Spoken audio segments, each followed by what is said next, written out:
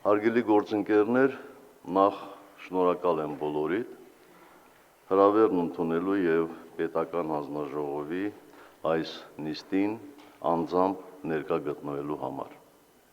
Հասկանում եմ, որ բոլոր ներկաների ժամանակացույցը գերծ ծանրաբեռնված է, հատկապես հայոց ցեղասպանության 100-րդ տարելիցի տարում։ Չափազանց կարևոր եմ համարում, որ այսպիսի արդյունավետ ձևաչափը թույլ է տալիս միասին քննարկել համազգային նշանակության խնդիրներն ու միասնական որոշումների հանգել։ Այս օրերին մենք տրամաբանական ավարտին ենք հասցնում հայոց ցեղասպանության 100-րդ տարելիցի միջոցառումների նախապատրաստական աշխատանքները եւ մեկնարկ տալիս դրանց իրականացմանը։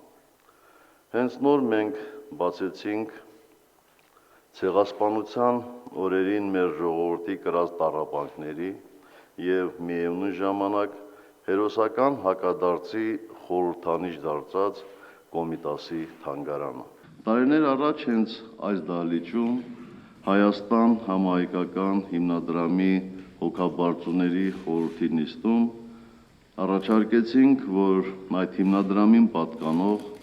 եւ Կոմիտասի Պանթեոնում գտնվող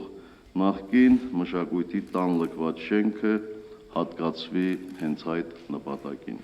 Փյունիկ հիմնադրամի եւ մեր հանձնաժողովի անդամ պարոն Գաբրիել Ջանբերջյանի ֆինանսավորմամբ ճանաչված եւ սիրված ճարտարապետ Արթուր Մեշչյանի նախագծով վերակառուցվեց եւ նոր ցուցադրական տարածքներով լրացվեց այդ շենքը։ Մեր երիտասարդ, բայց բանիմաց թանգարանագետ Վարդան Կարապետյանի եւ իր թիմի մտահղացմամբ ձևավորվեց ցուցադրությունն ու սցենարը, եւ ահա այսօր մենք ուրախությամբ տեսնում ենք այդ ջանքերի արդյունքը։ Բոլոր ներկաների անունից, մեր ողջ ժողովրդի անունից ուզում եմ շնորհակալություն ասել բոլորին, ովքեր մասնակցեցին այս ծրագրի իրականացմանը։ Շատ եմ կարևորում, որ այդ նոր շենքում հիմնադրում ենք հենց թանգարան ինստիտուտ, որտեղ կոմիտասյան ժառանգությունը ոչ միայն կներկայացվի հանրությանը, այլև կարժանանա մշտական ու մանրակրկիտ գիտական ուշադրության։ Հարգելի գործընկերներ, այսօրվա նիստում նախատեսում ենք ընդունել հայոց ցեղասպանության 100-րդ տարելիցի համահայկական հռչակագիրը։ Անշուշտ սա կարևորագույն մի փաստաթուղթ է, որը բացառիկ է թե իր ձևով եւ թե բովանդակությամբ։ Առաջին անգամ մենք ընդունում ենք համազգային նշանակության մի փաստաթուղթ, ոչ թե պետական որևէ կառույցի միջոցով, ոչ թե մեր ազգի ներկայացուցիչների առանձնացված հատվածներով, այլ ողջ հայ ժողովուրդը ներկայացնող բոլոր հիմնական կառույցների ներգրավմամբ։ Հռչակագրի վրա աշխատել եւ իրենց հավանությունն են տվել թե Հայաստանի Հանրապետության պետական բոլոր մարմինները, թե հայաստանյաց առաքելական Սուրբ Եկեղեցին իր բոլոր նվիրապետական աթոռներով, թե Սփյուռքի խոշորագույն հոգևոր, բարեգործական, կուսակցական, մշակութային եւ այլ կառույցները։ Մեզ շատ է մեղադրում այն բանում, թե ինքներս էլ չգիտենք, ինչ ենք պահանջում աշխարհից եւ Թուրքիայից հայոց ցեղասպանության հարցում։ Արդյոք ակնկալում ենք քաղաքական ճանաչումներ տարբեր պետությունների կողմից։ Ինչ սպասելիքներ ունենք Թուրքիայից։ Ինչ է մեր ուզածը եւ մեր պայքարի հիմքը։ Ուր ենք քայլում եւ որն է մեր պատգամը ապագա սերունդներին։ Օգտվելով առիթից շնորհակալություն եմ հայտնում այսօրվա նիստին մասնակցելու հրավիրված մեր խմբագրական հանձնախմբի բոլոր անդամներին կատարած հսկայական եւ հմուտ աշխատանքի համար։ Շնորհակալ եմ պետական հանձնաժողովի եւ տարածաշրջանային հանձնախմբերի անդամներին, ովքեր հարյուրավոր առաջարկություններ, լրացումներ եւ փոփոխություններ են բերել փաստաթղթի մշակման ընթացքում։ Կարծում եմ, որ արդյունքում ստացվել է կուռ եւ համապարփակ մի տեքստ, որը կդառնա եւ 100-րդ տարելիցի միջոցառումների գաղափարական հենքը եւ մեր հետագա գործողությունների ուղեցույցը։ Հանձնաժողովում հաստատվելուց հետո հռչակագիրը կհրապարակվի 7 լեզուներով, նաեւ արևմտահայերեն։ Այդպես այն հասու կլինի բոլոր հետաքրքրվողների համար։ Խնդրում եմ հանձնաժողովի եւ տարածաշրջանային հանձնախմբերի բոլոր անդամներին, մեր դիվանագետներին, լրագրողներին, մանկավարժներին, 100-րդ տարելիցին անդրադարձ կատարող մեր բոլոր հայրենակիցներին առաջնորդվել հենց այս տեքստով եւ դրանում պարունակվող դրույթներով, մեր ձայնն ավելի լսելի դարձնելով եւ մոտեցումների միասնականությունն ապահովելու նպատակով։ Սիրելի գործընկերներ, այսօրվա մեր նիստը կնշանավորվի նաեւ Ցեղասպանության թանգարան ինստիտուտի նոր ցուցադրության նախապատրաստման աշխատանքներին մեր անդրադարձով։ Ինչպես հիշում եք, անցյալ նիստի ժամանակ մենք ստեղծեցինք մի հանձնախումբ, որն աշխատում է այդ ուղղությամբ։ Այսօր մենք կայցելենք թանգարան եւ ինքներս կտեսնենք աշխատանքների ընթացքը։ Ավարտվել են շինարարական աշխատանքներն ինչպես բուն թանգարանում, այնպես էլ ողջ հուշահամալիրում։ Մեկ անգամ եւս շնորհակալություն եմ հայտնում Փյունիկ հիմնադրամին եւ պարոն Գաբրիել Ջամբերջյանին, Վիվասել ընկերությանը, Զանգեզուրի բղնձամոլիբդենային կոմբինատին եւ բարերարներ Մաքսիմ Հակոբյանին ու Արմեն Շահազիզյանին հուշահամալիրի եւ թանգարանի վերակառուցումը ֆինանսավորելու համար, ճարտարապետ Սաշուր Քալաշյանին, շինարարների ողջ թիմին, նրանց աշխատանքը համակարգող իմ խորհրդական Ֆելիքս Ֆիրումյանին եւ իհարկե թանգարան ինստիտուտի տնօրեն պարոն Հայկ Դեմոյանին այդ ծանր աշխատանքը պատվով կատարելու համար։ Սիրելի գործընկերներ, մեր միջոցառումների գլխավոր նպատակը միջազգային հանրության լայն զանգվածներին իրազեկ պահելն է, մեր պահանջատիրությունը լսելի դարձնելն է միջազգային քաղաքացիական հասարակությանը, պատմաբաններին եւ ցեղասպանագետներին, իրավաբաններին եւ քաղաքական գործիչներին, պետություններին։ Այսօր մենք ներկա ենք լինելու հայոց ցեղասպանության 100-րդ տարելիցի միջոցառումները համակարգող պետական հանձնաժողովի պաշտոնական կայքեջի մեկնարկին։ Կայքեջում, բացի մեր ընթացիկ միջոցառումների եւ ծրագրերի մասին տեղեկատվությունը, տեղադրվելու է նաեւ 100-րդ տարելիցի վերաբերյալ լրահոս ամփոփում միջազգային եւ հայաստանյան մամուլի էջերից, բայց այն նաեւ պարունակելու է մեկ այլ լրահոս, քաղված մեկ դար առաջ մամուլում տեղ գտած արձագանքներից։ Այսինքն, մենք յուրաքանչյուր օր այդ կայքեջում տեսնելու ենք նորություններ, որ մեկ դար առաջ հրապարակվում էին հայկական եւ միջազգային մամուլում։ Կարծում եմ, դա օգտակար է լինելու կայքի նկատմամբ մշտական ուշադրություն պահպանելու առումով։ Այն նաեւ նպաստավոր մեխանիզմ է դառնալու աշխարհասփյուր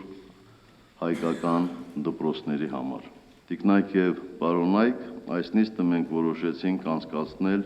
ընդլայնված ձևաչափով։ Հրավիրել ենք տարածաշրջանային հանձնախմբերի ներկայացուցիչներ, փորձագետներ, Հայաստանի Հանրապետության դիվանագիտական ներկայացուցիչներ, հայաստանյաց առաքելական Սուրբ Եկեղեցու թեմերի առաջնորդներ։ Այս օրերին կայացել են տարածաշրջանային հանձնախմբերի ներկայացուցիչների հանդիպումները միջոցառումների գլխավոր համակարգողի և պետական հանձնաժողովի այլ անդամների հետ, որոնց ընթացքում քննարկվել են աշխարհի տարբեր երկրներում ընթացող նախապատրաստական աշխատանքները։ Նրանք շարունակելու են իրենց աշխատանքը նաև վաղը, քննարկելու համար ապրիլի 22-24-ին ծրագրերի համադրումն ու անելիքները։ Ես ողջունում եմ արտերկրից ժամանած մեր հանձնախմբերի ներկայացուցիչներին և շնորհակալություն հայտնում նրանց անխոնջ ջանքերի ու բացառիկ ներդրման համար։ Երբ ծանոթացա հանձնախմբերի կողմից ծավալված աշխատանքի հաշվետվություններին, նրանց կազմած միջոցառումների ծրագրերին, արդեն կատարված աշխատանքին, առաջին հերթին նկատեցի այն հսկայական ուժը, որ մենք ունենք։ Վստահ եմ, որ հակառակ բոլոր չարագույժների 100-րդ տարելիցը դառնալու է ոչ թե մեր սփյուռքի և համայնքային կառույցների ինքնասպառման, այլ նոր վերելքի, նոր համախմբման, նոր սերնդի բարձր խոսքի շրջան։ Հատուկ ցանկանում եմ անդրադառնալ մեր այն հայրենակիցներին, ովքեր արձագանքելով իմ կոչին, սիրով և պատրաստակամությամբ մասնակցություն բերեցին և շարունակում են բերել մեր ծրագրերին աջակցելու հարցում։ Իհարկե, մենք համապատասխան միջոցներ նախատեսել ենք Հայաստանի Հանրապետության պետական բյուջեում, սակայն ես շատ եմ կարևորում, որ այս ծրագիրը ֆինանսավորվի մեր ողջ ժողովրդի, մեր բոլոր համայնքների ջանքերով։ Դա արդեն ինքնին լուրջ ուղերձ է։ Հարգելի գործընկերներ, 100-րդ տարելիցի առանցքներից է նաև հայաստանյաց առաքելական Սուրբ Եկեղեցու որոշումը սրբադասելու հայոց ցեղասպանության նահատակներին և մարտիրոսներին։ Դա բարոյական և հոգևոր բացառիկ մի պահ է մեր ողջ ժողովրդի համար, քանի որ ուղղակիորեն առնչվում է գրեթե յուրաքանչյուր հայ ընտանիքի։ Ես շատ եմ կարևորում, որ սրբադասման արարողակարգի ժամանակ մենք հանդես գանք համազգային համախմբման և վերելքի դիրքերից։ Կարևորում եմ, որ այդ խորհրդավոր ծեսին համախմբված կերպով հետևեն մեր քույրերն ու եղբայրները ողջ աշխարհում, որ ուղիղ հեռարձակմամբ կարողանան ականատեսն ու մասնակիցը դառնալ Մայրաթոր Սուրբ Էջմիածնում տեղի ունենալիք արարողությանը, նաև հետադարձ կապով տեսանելի լինեն բաց խորանի մոտ ժողովված մեր հայրենակիցներին։ Հիրավի, միավորով պետք է լինի ապրիլի 23-ին Հայաստանի ժամանակով ժամը 19:15-ին բոլոր հայկական և քրիստոնյա մի շարք այլ եկեղեցիներում զանգերի ղողանջը և գուժկանի 100 հարվածը, դրանից անմիջապես հետո հայտարարվելիք լռության րոպեն։ Մեր այսօրվա նիստին նախորդած օրերին կայացել և վաղը շարունակվելու է միջոցառումների գլխավոր համակարգողի գրասենյակի մանրակրկիտ աշխատանքը տարածաշրջանային հանձնախմբերի հետ։ Խնդրում եմ ապահովել մեր բոլոր կառույցների լիարժեք փոխգործակցությունը միջոցառումների անցկացման կատարյալ ներդաշնակության համար։ Հարգելի գործընկերներ, մեր անցյալ նիստի ժամանակ ձեզ հետ խորհրդակցելով հրավերներ հղեցի մի շարք պետությունների և միջազգային կարևորագույն կառույցների առաջնորդների մասնակցելու 100-րդ տարելիցի միջոցառումներին։ Պետք է տեղեկացնեմ ձեզ, որ ստացվել են դրական պատասխաններ մի շարք պետություններից և կազմակերպություններից։ Որոշ երկրներ հաստատել են իրենց ներկայությունը բարձր պետական պատվիրակությունների մակարդակով։ Ոմանք նշել են, որ կարևորում են այդ օրն անցկացնել իրենց երկրների հայ համայնքի հետ։ Ես խնդրում եմ և պետական հանձնաժողովի անդամներին և տարածաշրջանային հանձնախմբերին Հայաստանի Հանրապետության դիվանագիտական ներկայացուցիչների հետ միասին ձեռնամուխ լինել այդ օրերին կայանալիք միջոցառումներին, ինչպես նաև մարտի վերջին անցկացվող միջազգային մեդիա ֆորումին հնարավորինս լայն մասնակցություն ապահովելու ուղղությամբ։ Դա հատկապես կարևոր է, հաշվի առնելով Թուրքիայում կայացած անհեռատես եւ ցինիկ որոշումը խմբագրել սեփական պատմությունը Գալիպոլի ճակատամարտի տարեդարձը հայոց ցեղասպանության 100-րդ տարելիցի օրը նշելու միջոցով։ Ասում եմ, որ քաղաքականության մեջ բոլոր միջոցները հարմար են, բայց կարծում եմ այդ հարցում պաշտոնական Անկարան վատ ծառայություն մատուցեց ինքն իրեն։ Երբ ստացա այդ անպարկեշտ հրավերը,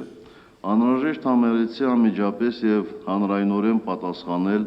Ռեջեփ Էրդողանին, քանի որ ակնհայտ էր, որ հրավերի փաստը կարող է թույլ կերպով հասկացվել եւ մեկնաբանվել միջազգային լրատվամիջոցների եւ հանրության կողմից։ Կարծում եմ, որ իմ պատասխանը եւ դրան հետեւած միջազգային եւ հենց Թուրքիայի ներսում տեղ գտած արձագանքները ապացուցում են այդ թեր հաշվարկված քայլի սին լինելը։ Այդ քայլը սին է, ինչպես եւ ժխտողականության բոլոր դրսևորումները։ Ժխտողականությունը ոչ միայն քաղաքական թուլության եւ անլիարժեքության բարդույթների դրսևորում է, այլև իրավական կատեգորիա։ Այն կապում է Թուրքիայի գործող իշխանությունները ցեղասպանության հանցագործությունը կատարած իրենց նախորդների հետ, դարձնում նրանց մեղսակից մարդկության դեմ այդ ծանրագույն հանցատեսակում։ Եվ հենց դրանով էր մարդու իրավունքների եվրոպական դատարանում երեք զբաղված Թուրքիայի Հանրապետությունը։ Ազգայնական հանցագործ հենց Թուրքիայի արդարադատության կողմից ամենատարբեր մեղադրանքներով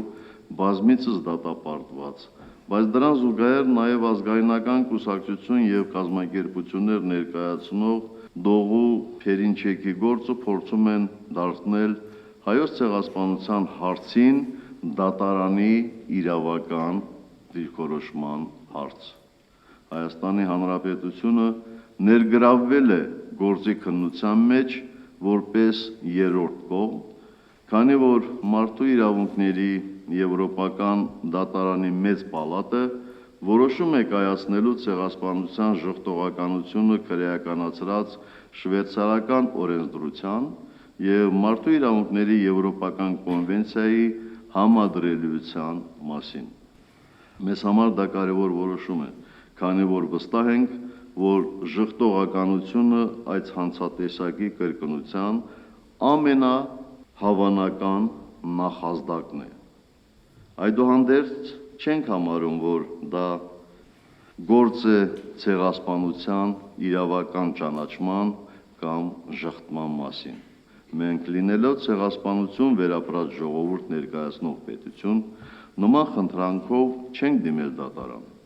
Չենք էլ համարում, որ այդ հարցին տրվելիք ակնհայտ պատասխանը մարդու իրավունքների եվրոպական դատարանի ընդհատության ոլորտի ներքո գտնվող խնդիր է։ Մեզ հայտնի է, որ թուրքական քարոզչական մեքենան պատրաստ է թյուր մեկնաբանություններով որպես մեծ հաղթանակ ներկայացնել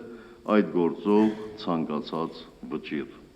Նրանք նույնիսկ չեն խորշել նիստին մասնակցելու համար բանտից ազատել կամ թույլատրել երկրից դուրս գալ իրենց իսկ դատարանների կողմից ազատազրկված Փերինչեկին։ Այն նույն բանտերից, որտեղ օրոստորե ավելանում են այն մարդկանց քանակը, ովքեր փորձում են ազատորեն արտահայտվել։ Ցեղասպանության հետևանքների հաղթահարման մեր իրավական պահանջները ներկայացնելու հայեցակարգը անհատական, համայնքային եւ պետական մակարդակներով արտացոլվելու է այս հանձնաժողովի որոշմամբ ձևավորված եւ աշխատանքներն իրականացնող հայ իրավաբանների հանձնախմբի կողմից պատրաստվող համապարփակ թղթածրարում, որի նախապատրաստման ընթացքի մասին այսօր լսելու ենք անձնախմբի ղեկավար Հայաստանի Հանրապետության Սահմանադրական դատարանի նախագահ պարոն Գագիկ Հարությունյանի զեկույցը։ Տիկնայք եւ պարոնայք, այսօրվա մեր քննարկման առանցքային հարցերից է լինելու նաև առաջիկա տարվա միջոցառումների ծրագիրը։ Միջոցառումները համակարգող կազմակերպական կոմիտեն կներկայացնի կատարած աշխատանքն ու անելիքները։ Ըստ նրանց կողմից առաջարկված հայեցակարգի միջոցառումները պայմանականորեն բաժանվելու են 4 հիմնական ուղղությունների, ոգեկոչման 4 առանցքների։ Դրանք են. 1. Հիշողություն։ Հիշողությունը մեր նահատակների կորսված ժառանգության եւ այն վերականգնելու անհրաժեշտության վերաբերյալ։ 2. Երախտագիտություն։ Երախտագիտություն այն անհատներին, կառույցներին, ժողովուրդներին եւ պետություններին, որոնք մեզ ձեռք մեկնեցին փորձության պահին։ Մեկ մանուկ փրկած անհայտ մարդուց մինչև միջազգային ատյաններում մեր դատի համար պայքարող պետություններ մենք հիշելու ենք եւ մեծարենք նրանց, ովքեր իրենց ժամանակից առաջ ընկնելով մտածում էին մարդասիրական միջամտության կատեգորիաներով։ 3. Միջազգային պայքար, որպես վերապրած ժողովուրդ, մենք շարունակելու ենք մեր պարտքը կատարել մարդկության առջև, լինելով ցեղասպանության հանցագործության դեմ միջազգային պայքարի կիզակետում։ Քաղաքական, գիտական, տեղեկատվական, մշակութային եւ բոլոր այլ ոլորտներում մենք շարունակելու ենք գործել որպես այլևս երբեք գաղափարախոսության առաջնամարտիկ։ 4. Վերածնունդ։ Ոգեկոչելով մեր նահատակներին եւ մեծարելով հերոսներին, մենք նաեւ անդրադարձ ենք կատարելու ցեղասպանությունից հետո անցած 1 տարի ընթացքում մեր ձեռքբերումներին եւ նվաճումներին։ Մենք հպարտությամբ ենք արձանագրելու, որ մեզ բաժին ընկած փորձությունում ցուցաբերեցինք բացառիկ կամքի ուժ եւ վերածնունդ ապրեցինք։ Եվ ինչպես ասում էր մեծն Պարուշ Սևակը, ելք ճարեցինք նոր հարության եւ ոչ որպես Փյունիկ թռչուն, այլ հայի պես։ Եվս մեկ անգամ շնորհակալ եմ բոլորիդ այստեղ գտնվելու համար եւ ձեր քրտնաջան աշխատանքի համար։